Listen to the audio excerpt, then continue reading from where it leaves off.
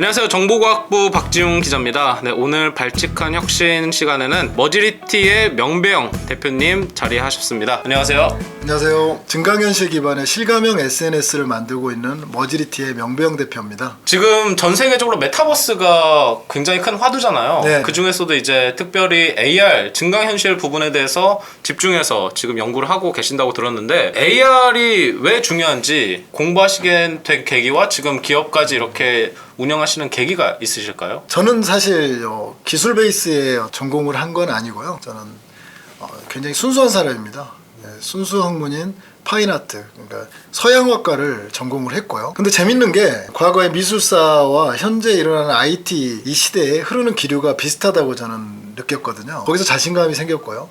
어떤 느낌이냐면 과거에 제가 서양학과 출신인데 저희가 그림을 그리잖아요, 캔버스에. 그럼 2D에다가 이미지를 입히는 작업을 하는데 거기에서도 어떤 것들이 있냐면 이 그림과 유저 사이에 공간이라는 게 형성이 돼 있습니다. 유저가 그림을 보고 있는 사이에 공간이 있다는 거죠. 이 공간을 이용해서 많은 화가들이나 작가들이 인스톨레이션이라고 해서 여러 가지 거기다가 조형물을 설치하거나 센서나 기술을 융합해서 관람자들이 이 그림을 좀 더 공감각적으로 입체적으로 관람할 수 있도록 이렇게 연출하는 것들이 있어요. 근데 그게 최근에 와서 증강현실과 이 현실 세계에 디지털 정보를 개입시켜서 인간에게 기존의 어떤 경험보다 더 증폭된, 더 실감나는 그 의미가 확장되고 경험이 확장되는 경험을 충분히 줄 수 있는 굉장히 와우 포인트가 강한 컨텐츠라고 봅니다. 아무래도 미대 전공이시다 보니까 그런 부분들이 좀 더 와닿으신 것 같은데 어떻게 미대를 전공하셨다가 갑자기 이렇게 증강현실 부분까지 관심을 갖게 됐는지도 좀 궁금해요. 굉장히 새로운 이력인데. 원래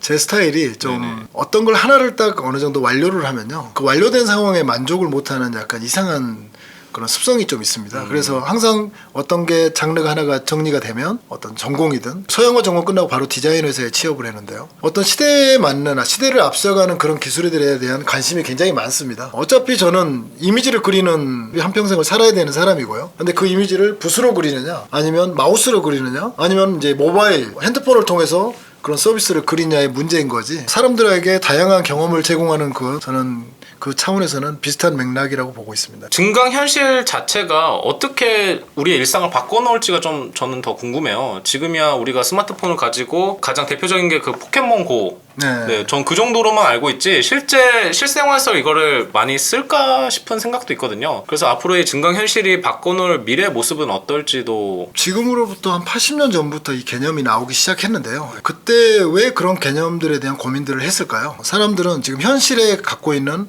어느 정도 한계를 좀 가지고 있었던 거죠. 현실이 갖고 있는 결핍들을. 이 현실에서 꼭 내가 뭘 보려면 책을 찾아봐야 된다거나, 아니 최근에는 인터넷을 찾아서 정보를 얻어야 되거나, 마이크가 있는데 이 마이크에 대한 정보나 이 마이크를 통한 다양한 경험을 느끼려면 이 마이크는 지금 현재 아무것도 할 수가 없죠. 인터넷을 찾아봐서 하거나 유튜브를 찾아봐야 되죠. 근데 증강현실이라는 것은 현재 인터넷 검색을 통해서 유튜브나 여러 가지 이런 검색을 통해서 이 정보를 찾아서 이거에 대한 이해를 할 수 있었다면 저는 이게 경험이 깨지고 있다고 생각을 하거든요. 경험이 연결이 안 돼요. 라면을 끓여 먹으려고 라면을 꺼냈는데 유튜브에서 이 신라면을 맛있게 끓여 먹는 법, 이거 찾고 있어야 되는 거죠. 네, 많이 하는. 많이 하시죠. 네, 그거 상위 1%입니다. 그런가요? 네, 라면은 못 참죠. 그렇게 부지런한 사람들이 그렇게 몇 프로 안 돼요. 지금 현재 사람들은 이 경험 자체도 편리하다고 할 수 있죠. 근데 만약에 증강현실 개념의 시대가 지금 도래했고요. 지금도 전 세계적으로 많이 쓰고 있는데 이 라면을 우리가 만약에 어떤 디바이스나 웨어러블이나 아니면 모바일 폰으로 증강현실을 딱 구현을 했어요. 그래서 이 라면 위에 바로 이 라면에 대한 먹방 영상이라든지 그 라면 위에 바로 레시피라든지 다양한 레시피들이 뜬다면 거기서 바로 띡클릭해서 영상을 보게 되겠죠. 그럼 경험이 깨지지 않죠. 배가 고픈지도 모른 채 또 이 영상이 재밌어가지고 경험이 안 깨지고 있는 상태이기 때문에 20-30분을 영상 한참 보다가 내가 지금 뭐하고 있지? 라면 먹어야지. 이렇게 좀 더 현실 세계에 대한 의미가 굉장히 확장되고 경험 자체가 그렇죠. 직관적이고 즉시적이고 거기로부터 생겨나는 편리함이 과거로 다시 회귀 못하게 만드는 앞으로의 새로운 기술의 모습이 되지 않을까. 그런 증강현실의 미래가 다가오려면 그만큼 디바이스나 이런 것도 좀 뒷받침돼야 될 것 같은데, 또 방금 뭐 라면을 예시로 들었지만 저희가 그걸 증강현실 할 때마다 이렇게 스마트폰을 연동하고 또 뭐 글라스를 쓰고 이런 게 솔직히 좀 번거롭잖아요. 그래서 앞으로 이런 디바이스들도 같이 구축이 될지가 좀 전 의문이거든요. 여러분들도 너무 잘 아시겠지만 전 세계 IT 공룡 기업들이 지금 앞다퉈서 지금 경쟁하고 있는 웨어러블, 누가 그 시장을 선점할까에 대해서 굉장히 앞다퉈서 지금 혈투를 벌이고 있거든요. 제가 볼 때 한 2년 정도 지나면 그게 여러분들도 사용하게 될 만큼 가격대도 되고 이제 할 것 같은데, 그럼 그전에는 우리가 이걸 경험하지 못해야 되냐? 지금 이미 여러분들이 갖고 있는 핸드폰이나 이것들은 웬만한 컴퓨터 성능 못지않은 성능을 가지고 있거든요. 그 안에 굉장히 많은 센서들, GPS부터 시작해서 자이로 센서, 여러 가지 가속 센서부터 굉장한 센서들이 들어가 있어요. 이미 여기는 라이다, 특히 애플은 라이다 센서까지 들어있어서 증강현실에 이미 최적화된 어떤 시스템을 가지고 있죠. 근데 좀 이 부분에 좀 안타까운 게, 왜 해외 시장의 AR의 기술을 우리가 쫓아가기 힘드냐, 서비스로 왜 확장하기 힘드냐에 대한 부분인데, 이미 구글이나 애플이 OS를 장악하고 있어요. 그리고 그들은 그 장악력을 토대로 해서 애플의 AR 킷, 그다음에 구글의 AR 코어라는 플랫폼을 이미 굉장히 많이 성숙시켜놨어요. 그래서 그들의 디바이스를 사용하면 그들의 그 AR 플랫폼을 통해서 지금도 증강현실이 굉장히 자유롭게 구현되고 있거든요. 그런데 한국은 사실 세계적으로 우리가 주도하고 있는 OS가 없죠.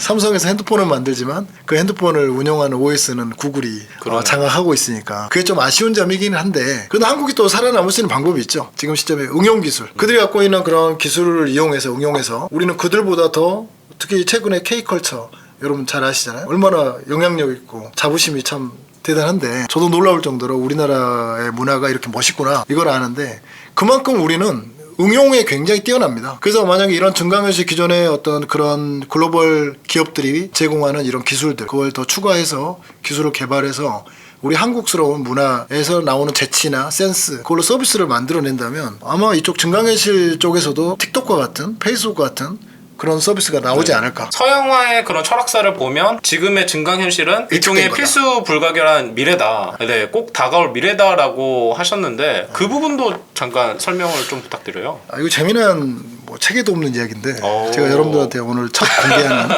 IT 시대가 도래하기 전 미술 시대가 있었어요. 근데 그때 미술이라는 게 온시 미술부터 이제 평면의 캔버스에 그림을 그렸죠.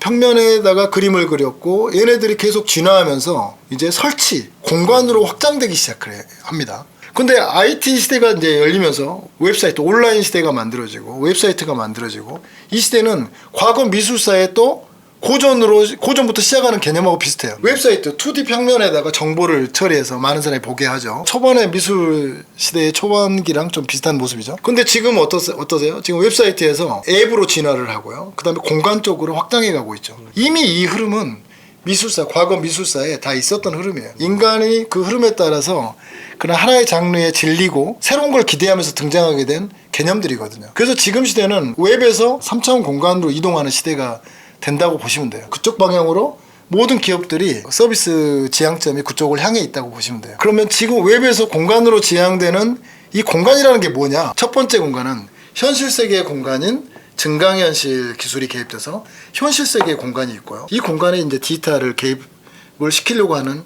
그런 행위들이 있는 거고, 또 하나의 공간은 여러분도 잘 아시다시피 우리 흔히 말하는 메타버스라고도 하고 VR, 버추얼 리얼리티라고도 하는 이 가상 공간, 현실 공간과 가상 공간에 현실의 경제, 사회, 문화적 가치를 집어넣어서 새로운 경험을 요즘 시대 사람들, 또 미래로 가는 이 사람들에게 기존의 평면에서 느끼지 못한 새로운 입체적인 경험들을 제공하려고 그쪽 방향으로 가고 있는 거죠. 이 기술이 진짜 구체적으로 방금 말씀하신 것처럼 일상이 되고 하면 뜰만한 산업군이나 아니면 뜰만한 직업, 아니면 앞으로 좀 이런 산업을 저희가 예의주시해야 된다라고 할 만한 게 있을까요? 여러분들이 지금 현재도요 증강현실을 많이 경험하고 있습니다. 그걸 증강현실이라고 표현을 안 해서 그렇지, 국내에서 만든 스노우라는 앱이 있었죠. SNS 쪽 분야는 이미 여러분들이 지금 쓰고 있고요. 근데 진짜 더 오래전부터 시도를 많이 했던 건 어느 분야냐면 산업 분야입니다. 원래 증강현실이라는 개념 자체가 항공기 부속품에 대한 정보를 공유하고 서로 배선, 이게 굉장히 복잡하잖아요. 이런 것들을 글라스를 딱 쓰고 보면 그 정확한 위치를 알려줘서 누구나 같이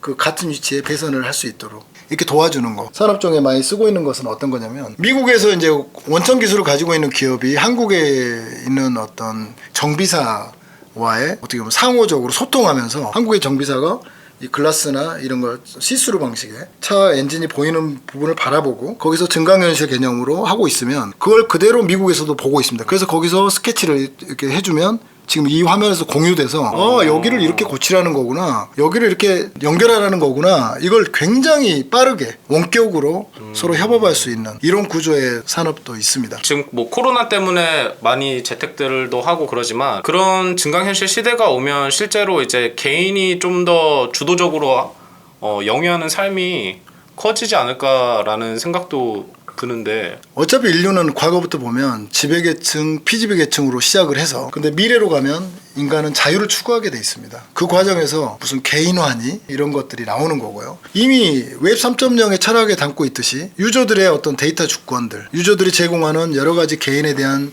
데이터들, 그것들을 유저들에게 돌려주려고 하는 그런 시스템들이 많이 지금 확산되고 있죠. 그게 웹 3.0의 철학인데요. 그러니까 그들의 노력과 그들의 수고 자체를 플랫폼 기업이 소유해서 거기서 얻은 광고 수익을 기업이 다 독점하는 게 아니고 제공하는 컨텐츠를 제공하는 유저들에게 그대로 분배해주는 이런 웹 3.0의 철학으로 가고 있죠. 그럼 개인들은 자기의 어떤 창작 행위나 아니면 자기들의 어떤 여러 가지 간단한 SNS 활동이라든지 아니면 창작물이라든지 이런 것들에 대한 제대로 된 보상을 받게 되는 거고요. 그로써 자신의 어떤 여러 가지 인권이나 가치가 예전보다는 훨씬 더 증진되는 걸 볼 수 있겠죠. 또 요즘에 큰 사회적 이슈가 그런 딥페이크를 활용한 사기 행각이나 이런 게 많아졌잖아요. 네. 그래서 이런 AR이 고도화되면 될수록 좀 우려스러운 부분은 없을까요? 사실 특히 딥페이크 활용되는 부분에서도 가장 우려스러웠던 게 초상권에 대한 부분. 그리고 굉장히 선정적인 음란물에 전혀 거기에 개입하지 않은 다른 연예인들이라든지